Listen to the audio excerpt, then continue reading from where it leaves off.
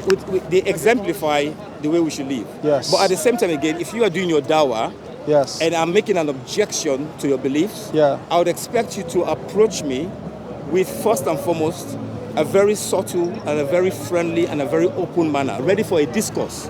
Not necessarily from the very onset accusing me of lying without first listening to me. Me and the brother are open for a discourse. Well, we were having a very interesting discourse before that gentleman came along. Okay. Unfortunately, it did not continue. No, because I felt that it insulted my premise without first justifying what I was trying to say. What was your point, if you don't mind me asking? He said to me that it was not Jesus Christ. Don't worry about him. No, that's fine, sir. That's fine. I like your demeanor, so I'll speak to you briefly because I got to go. No problem. The question was that why did the Quran call Jesus Christ Al-Mashiach? Because Al-Mashiach itself is not an Arabic word. The genesis of the word does not emanate from the Quran. It was in existence way into the Old Testament, into the Torah.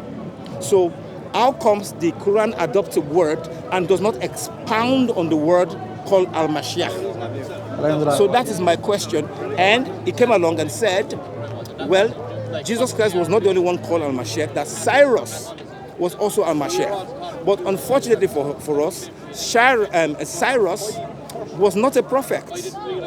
Yeah? The anointed that Cyrus was anointed, was used because of the disobedience of Israel. Are you asking the question? No, I'm just deviating. Can I answer the question? Go ahead, sir. Okay.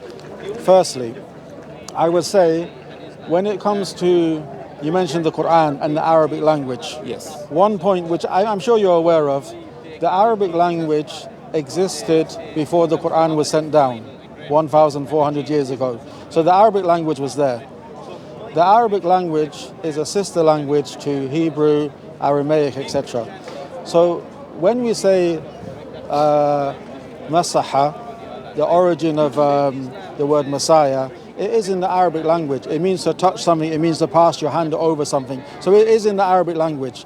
Just because something is in Hebrew and it's shared in Arabic, it is very difficult to say one took it from the other. Rather, it can be that they both took it from the same origin. That's one point. But I think that the point with the Messiah is... Sorry, sir. Yeah, go ahead. No problem. Yeah.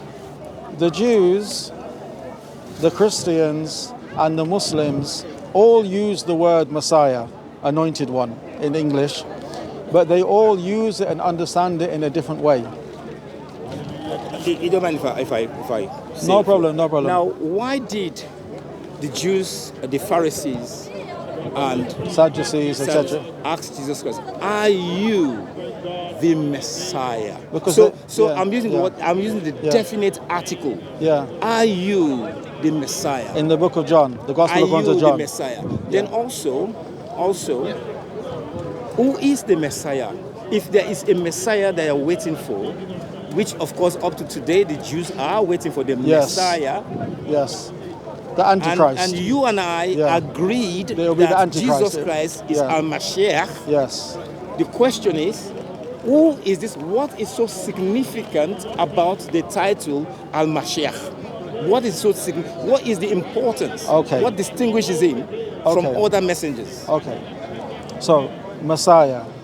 What's interesting is in the English translation of the Bible, the word Messiah in the Old Testament is used, the scholars say 39 times.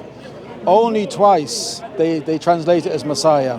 But anointed, the Messiah, is used many times. It's used for judges, it's used for kings, it's used for prophets. Yep. And as we said, can I just interject 1 second before you continue? It's very hard for me to make my point if you keep interjecting. But distinguish between anointed, because kings, priests, we're all anointed. Yes. But I'm looking at the title Al-Mashiach. I'm coming to it. Yes. So, as we mentioned, Cyrus, after the Babylonian exile, when he allowed the children of Israel to return to Jerusalem and to rebuild the walls of Jerusalem, he was called the anointed one of God. Yes. The Messiah of God. So that title was given. So the point is, my point is, in Islam, we understand the Messiah is someone who was appointed by God. In Judaism, they understand a Messiah to be a king on the throne of David, who will be a military leader, who will establish, who will defeat the enemies of the children of Israel and will establish dominance for the children of Israel. The Christians, they have made the Messiah into a suffering Messiah, and then a Messiah who will come in the later days and will dominate, and meaning that he will be so God. we're talking about an individual in this case then. So my point is, the Jews have an interpretation of Messiah, Christians have an interpretation of Messiah, and Islam has a... I want to know, why do you think that your interpretation is the correct one? Okay, fantastic. Now, first and foremost, the reason why I'm asking these questions, because it is quite interesting that the Muslims adopt the word Messiah, but when I say adopt, bear with me, okay? I don't agree with the word adopt at all. Revelation informed from Allah. Oh, well, okay, that's fine. Let's go by that. You understand? But the question is, what I have not yet been able to be persuaded about is that you are telling me now. What you're telling me now, you are generalizing the word Messiah. Whereas we have established already that the Jews specifically are referring to an individual who will establish a military dominance, and then the state of Israel to a glorious state.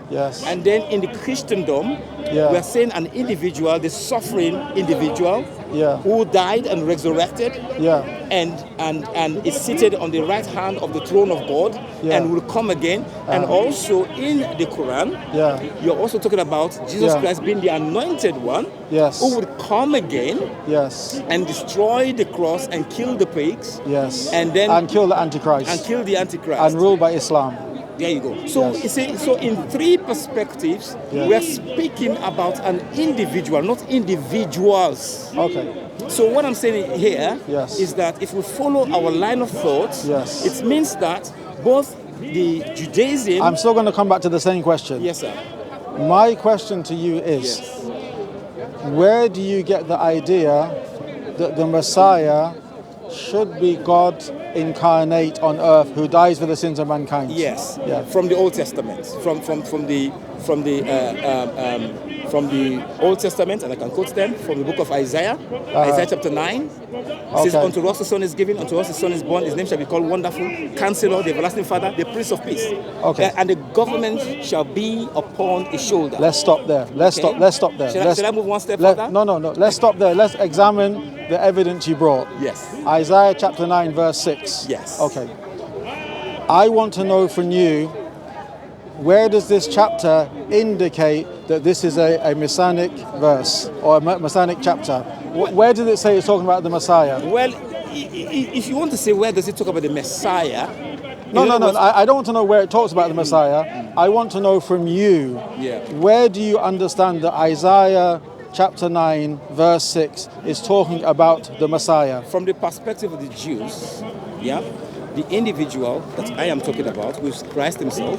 No. I want to know, does this verse say that, does the chapter tell you that this is a prophecy about the Messiah? Because there's a problem. The Jews, they understand this verse is referring to Hezekiah. They don't believe it's referring to the Messiah. That's one. Second. You're interjecting me though. No, but second is, I asked you for evidence. You brought the evidence. I want to examine the evidence. Isaiah 9 and 6 is past tense. To us a son has been given. Christians, they translate it as future tense. But with such a title though. And also, Jesus, according to the Orthodox Christian position, Trinitarian position, Jesus is not the Father. Nobody said Jesus was the Father. The verse says, to us a son is given. Listen, nobody says... The verse says, he will be called the everlasting Father. Yes. Is Jesus the second person in the Trinity? Is Jesus the everlasting Father according to Orthodox Trinity belief? No. Okay. Play games if you want. Can I interject there? Okay. Now, Mind you, we're talking about the scriptures here. We're talking about the Hebrew scriptures. Yes, sir. And then with those titles that have been accorded to a child, is there any person, any human being that has been accorded those individual titles? Is there anybody, sir? Is Jesus, simple question, with all due respect. Yes. Because I'm going to go and pray. They're going to pray. Me too. I'm going to go. I just make one. I would like to. Hopefully, we can have the conversation again. Yes, sir. But I just want to make this one point, and then I'll let you finish. Yeah. Jesus. This verse says, according to the modern translation, the Greek Septuagint doesn't say this, but according to this translation, it says the everlasting Father. Yes. My point is, Jesus. And his name shall be called Wonderful Counselor, the Mighty God, the Everlasting Father. My point is, according to the Trinitarian belief, Jesus is not the Everlasting Father. Therefore, this verse is not about the Messiah, and it's not about Jesus. Really? So, with all those titles, is Jesus the Everlasting Father? Is there any individual?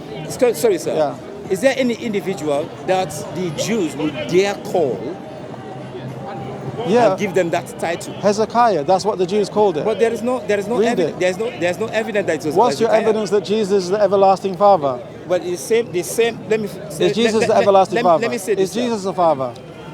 Is Jesus the Father? You're not giving me a chance. No, because I hope you're not trying to avoid it. Is Jesus the Father? That's not yes or no? No, listen. You got to. Well, let me expound myself. Okay. Allow me. Give me 1 second. Okay. Now, first and foremost, we've established that you cannot give a human being any of those titles in the first instance. Is Jesus the everlasting Father? You can consider him as the everlasting Father. No. Does the Bible, does the church, does the New Testament consider Jesus the everlasting Father? In the New Testament, the answer is no. Okay. In the New Testament, we have the Father and we have the Son. Is Jesus the Father? Have the Holy Spirit. Is Jesus the Father? You keep flashing this on my face. Sir, I have to go now.